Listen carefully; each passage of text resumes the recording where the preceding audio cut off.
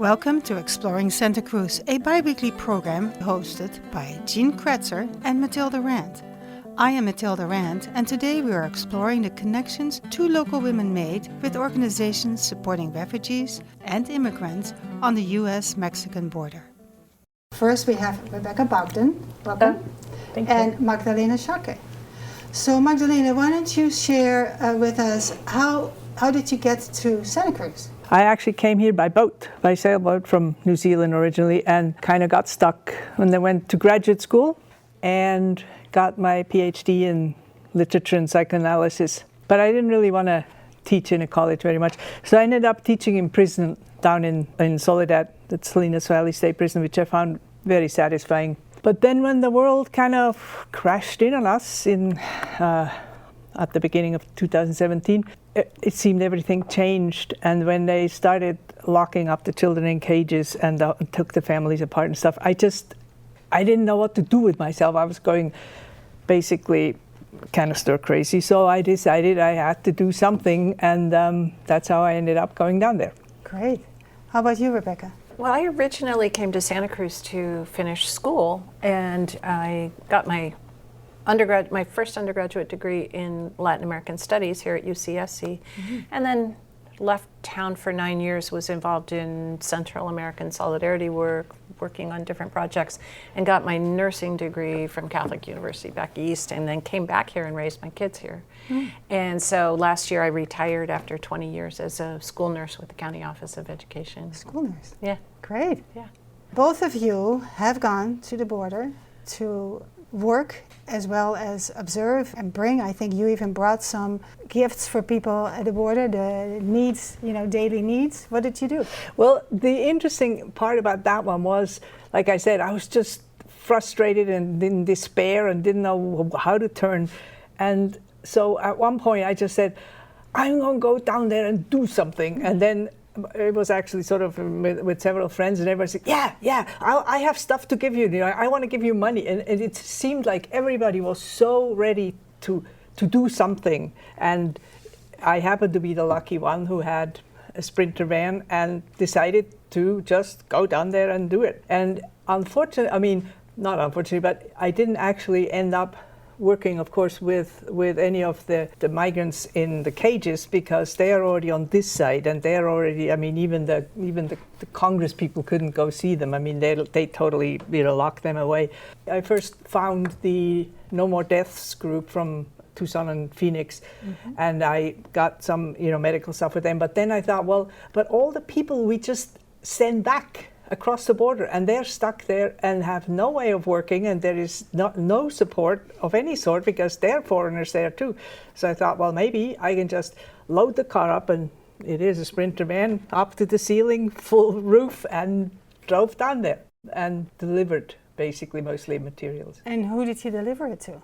That was kind of actually hard to find anybody to deliver it to. I didn't just want to drop it off. And through the No More Deaths, I think it was, or through some border rebellion people, somehow I got this website from the Hecate Society and started to look there. And then I found the websites for the Contra Viento y Marea, and where they keep talking that they have a comedor, they have an actual a place where they feed people. Kitchen, yeah. And so after writing several times to all kinds of people, finally I got somebody from down there and said, I have this truck full. Is there anything particular you need?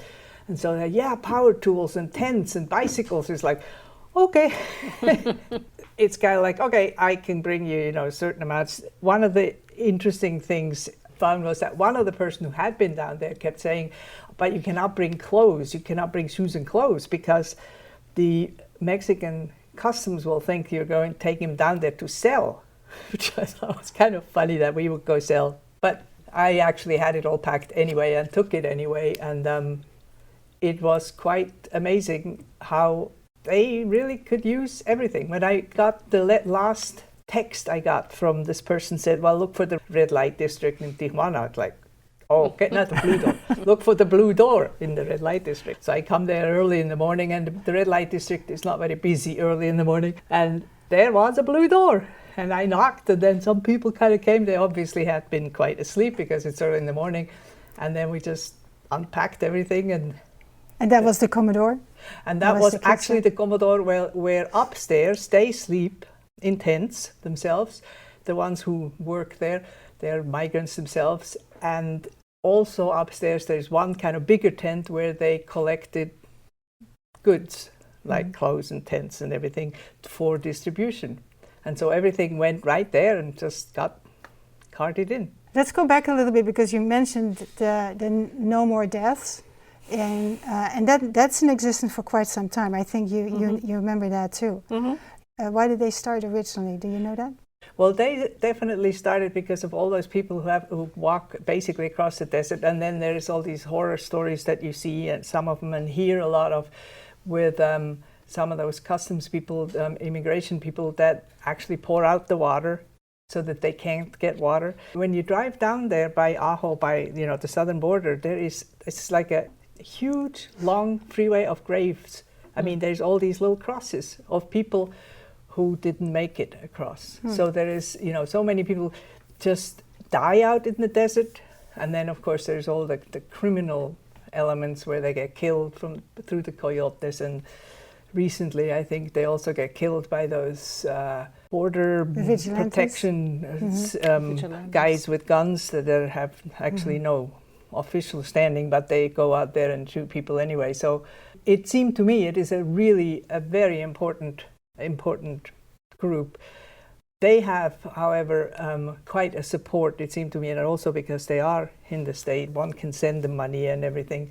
And they've gotten they're most famously recently because their main man has gotten arrested, and they tried to take him to court, and they had the court case, but they couldn't make it stick because it's not a crime. They were trying to get him for public nuisance or for destruction of property for walking through the desert or some absurd thing. But anyway, so he got acquitted, and then he's back in court.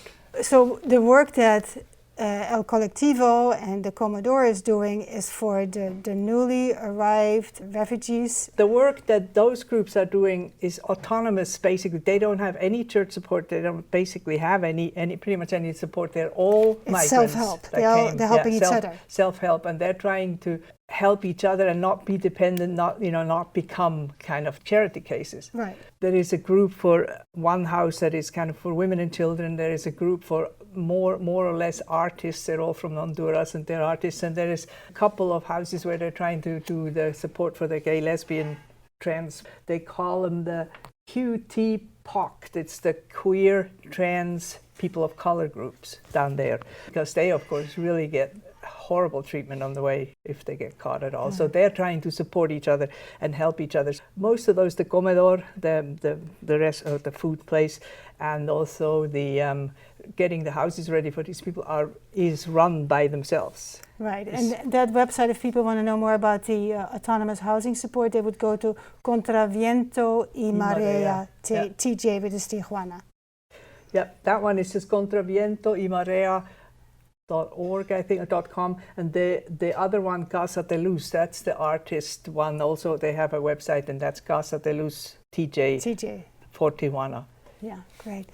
Now, your work is a little different, although you recognize very a lot of similar. what's going on. Yeah. Tell us a little bit about yours. Oh, well, I actually went down exactly the same way. When I first went, I got very upset about family separation, the migrant caravans, was really trying to educate myself and understand how this came to be, that people were fleeing Central America. And so I kind of put myself on a little education program. So I've done quite a bit of reading and study since the summer of 2018, when I first saw the children being separated from their families. So I first went in December. I knew that the refugee caravans were there, and it actually took some work. As you were saying, I completely understand that, trying to figure out who to connect with. Right.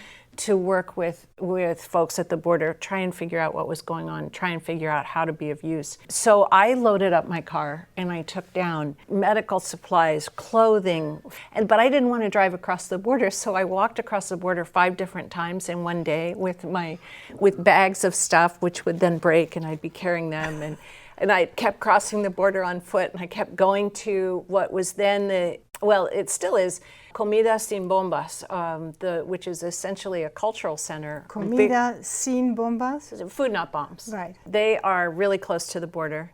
It's an easy walk there. So I kept arriving with donations, and the place was so busy. It's a 4-story building. So Food Not Bombs, or Comida Sin Bombas, is on the first floor. It's an anarchist collective. There was cooking going on in the kitchen. There were immigrants all over the floor looking for services. 2 doors, one in the front, one in the back on the alley. There was music playing in the alley. The second floor was where all the donations were going up to. The third floor was Al Otro Lado, which is a legal clinic that has been working at the border for a number of years, providing legal and support services. So it's called Al Otro Lado, the on other the other side. side. Yes, yeah, and exactly. I think that's a website, right? Al Yes, Otro that Lado. is, yeah, alotrolado.org. And so I was there. I was absolutely overwhelmed at what was going on. There was so much going on and so much chaos. Organized chaos. Organized chaos, yes. So I brought all my stuff. We ferried them upstairs. All these people were helping. There were doctors seeing patients in the alley. Mm-hmm. They come down on every Saturday, and that is Refugee Health Alliance, and I'll get back to how I got involved with them in a minute. I was a retired nurse, so I really wanted to work with the refugees, so I was translating for the legal clinic. I was doing interpretation, and I was monitoring the numbers at the border. I was one of the people who was one of the legal observers, so I got trained as a legal observer. I would stand at the border where people were crossing every day, and there is a whole number system. There's a number, and it's given to 10 people. It was at about 1,800 or something, which represents, 18,000 people when I was there. And it's now up to, I think, just around 4,000. So I went back before Christmas with an organization called New Sanctuary Caravan. And we were providing credible fear interview prep for people trying to explain the asylum process. People were in refugee camps. There was one near the border. It was called Benito Juarez. Mm-hmm. It got flooded out. They were trying to move everybody. People did not want to be moved far from the border out to another camp called Barital. And we would go out and we would explain the asylum process to refugees at Barital, and help people explain the 5 reasons there are to seek asylum in the United States if you have a credible fear of returning to your country under 5 categories. And so there was a lot of prep going on, a lot of taking stories, listening to people's stories, recording them, gathering information, and getting them connected to services. I mean, and the need was so great. I remember people would be like, I'm crossing the border tomorrow and I only have 1 pair of underwear. I don't have a change of underwear. People didn't have warm clothing. People didn't have food. Tremendous lack of food. You are listening to Exploring Santa Cruz on KSQD 90.7 FM or streaming ksqd.org. We're talking with Magdalena Zschokke and Rebecca Bogdon about their experience and observations with refugees and immigrants at the U.S.-Mexican border. Let's now return to Rebecca, who will describe the organization Viento y Marea. Viento y Marea came about because there was a whole support community of supporting the people who were being evicted from Benito Juarez. Right, yeah. And that was right at the border, and it became kind of a political standoff between the police and the people who wanted to stay. And so the people who were the long-term, kind of the last holdouts at Benito Juarez became the Viento y Marea collective. So they have the comedor. They provide housing, they provide meals every day. And actually one of their speakers was here in Santa Cruz. I don't know if you went to that event. It was at the depot? At the depot. Yeah, we went there. Yeah, we went there. Yeah, that was a really great event. And it was huge. It was so crowded. So it says to me that people are really want to know, really want to understand this process, which is very obscure. The process meaning? The immigration process. It's in the dark, it's hidden. And I really wanted to understand how there was such this influx of people from Central America, not only Central America. I mean, I've met refugees from Cameroon, from Haiti, from Russia. We used to keep track at Al Otro Lado when we would do the legal clinics in the afternoon, and sometimes they'd be like, we had 14 languages spoken today. We served 87 people. There were 45 kids in childcare. I mean, it was it was huge. And that goes on day after day after day. And at this point, now with this program called Remain in Mexico, where the people who have asked for asylum are being sent back across the border to wait in Mexico, and the number of people who are attempting to cross the border legally and ask asylum, there's a gap of 10,000 people between the numbers being given and the number of people who are called. So some days it's 40, some days it's 20, some days they don't call anybody. So that's 10,000 people. And then of the people who are in the Remain in Mexico program, who cross the border, get a court date, and then are immediately shuttled back to Mexico, that's another 5,000 people. So there are essentially 15,000 people trying to figure out how to live, how to survive, how to keep their families together, how to avoid the gangs that are following them from their countries, because a lot of people are there because of persecution by gangs, both in Mexico, and there are people in Mexico fleeing for their lives as well, because their livelihoods have been threatened. All these groups that we're talking about are attempting to create order out of chaos and to support these people seeking legal asylum in the United States. It's a big job. It's a really big job. The 3 young men that I met at the Comedor were all Salvadoran, and they had all supposedly got their numbers. They got their numbers. Now they got their numbers. Now they're waiting, and so in the meantime they're somehow trying to help to feed people, to do things. I mean, it is just quite overwhelming. How do they keep up their spirit? They're young. That's about the only thing I can think of. And they have a lot of community. I mean, it was so wonderful. So in the Comedor that you were talking about, so that's on the bottom. They feed 200 people twice a day, and it's like 2 pots about that big. And I brought lots of cutlery and plastic bowls and things to reuse. I don't know how they do it, but they have these numbers, and we had lots of cans of beans and milk and stuff. So you go up the very narrow step, and then up there is a little square roof where there is like 4 little tents where they all sleep separately. They all have a place, a little tent to sleep in, and like I said, and the big tent where all the donations are being kept. And then along the edge, they had a little garden, and it was so sweet. I mean, it's like, look, here's my tomato plant. It was like that big. It's June already, but then about a month later, a group from San Diego called the Border Angels, they went down with dirt and stuff, and so they made a bigger garden. So now they have a real garden that they can really feed people. The contact person from the Viento y Marea that had told me about the Blue Door, she keeps sending these pictures of all the donations and all the changes that are happening. It is just like so inspiring how much they can do with so little. But it is still months and months, day to day, years to come. I like that question. It's basically about how do people sustain hope. It's really something to me that everybody I met was so intent on making a better life for themselves and for their families. And it was almost easier for families to be together, because the people who I felt like broke my heart the most were the single men traveling by themselves. And so they were alienated.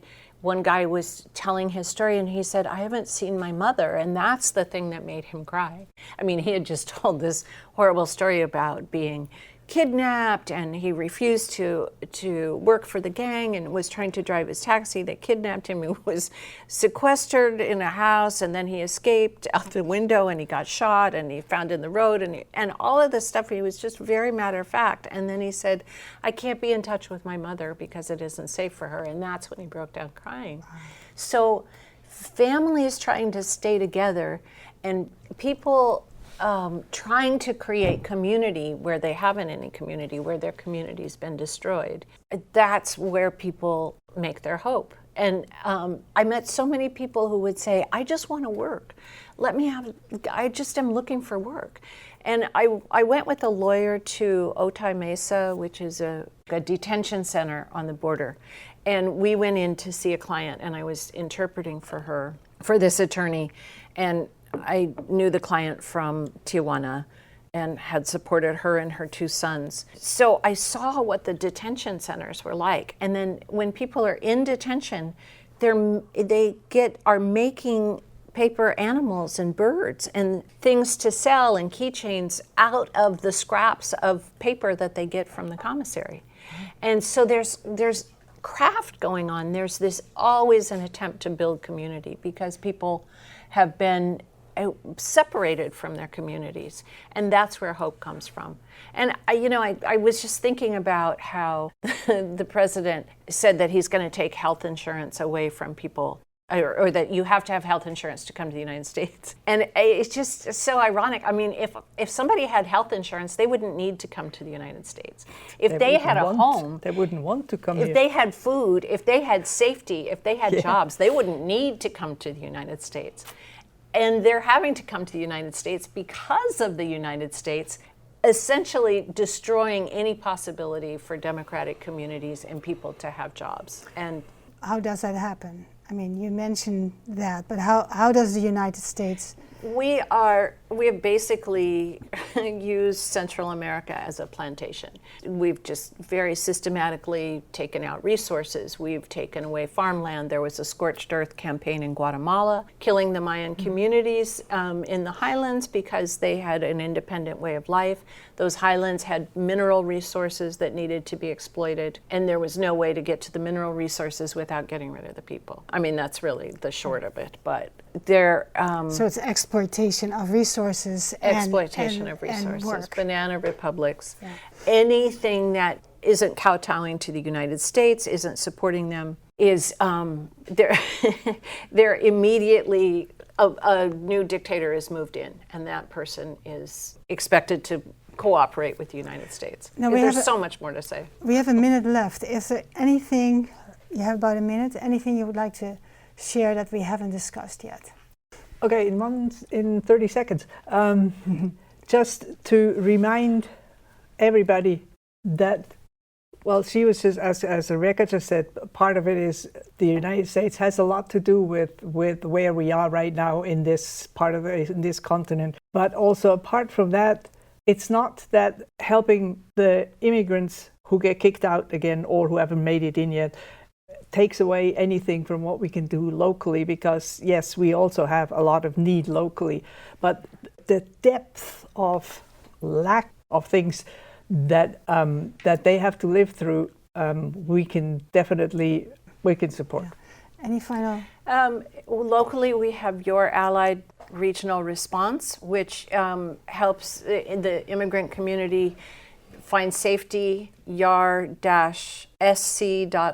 is the website. Mm-hmm. There's a number that you can call if you see ICE in your community. So we have, Santa Cruz is a sanctuary city. We are trying to protect our local immigrants and our immigrant community. People should not have to live in fear here. No. So connection seems to be an important word here, where people keep up their spirit by forming and maintaining community, or maybe establishing new community.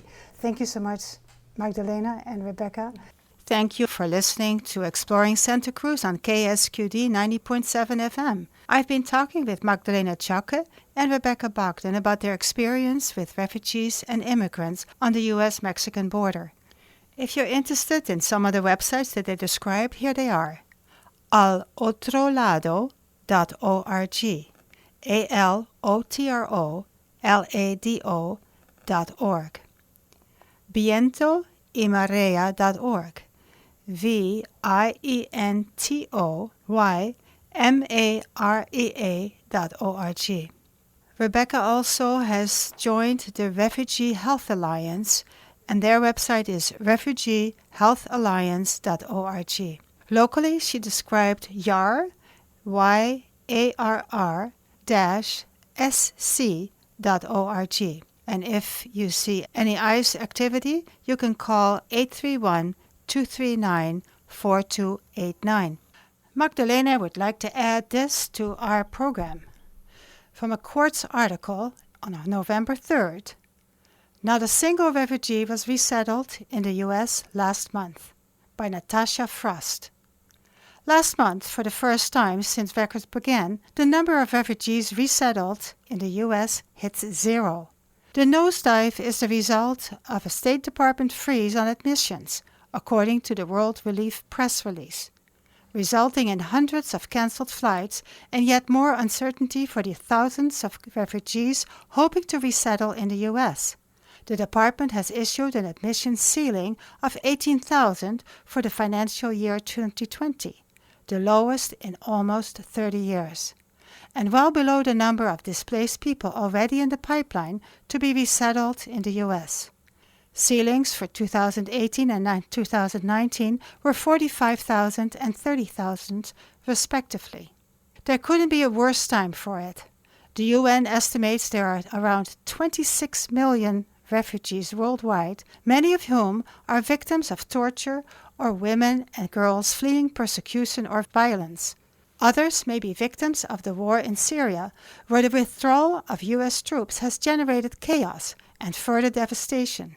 Barely 0.5% of the 26 million will be resettled at all, and even then only after a process of intensive screening from admitting states, noted Filippo Grandi, the UN High Commissioner for Refugees, in a statement released on November 2nd.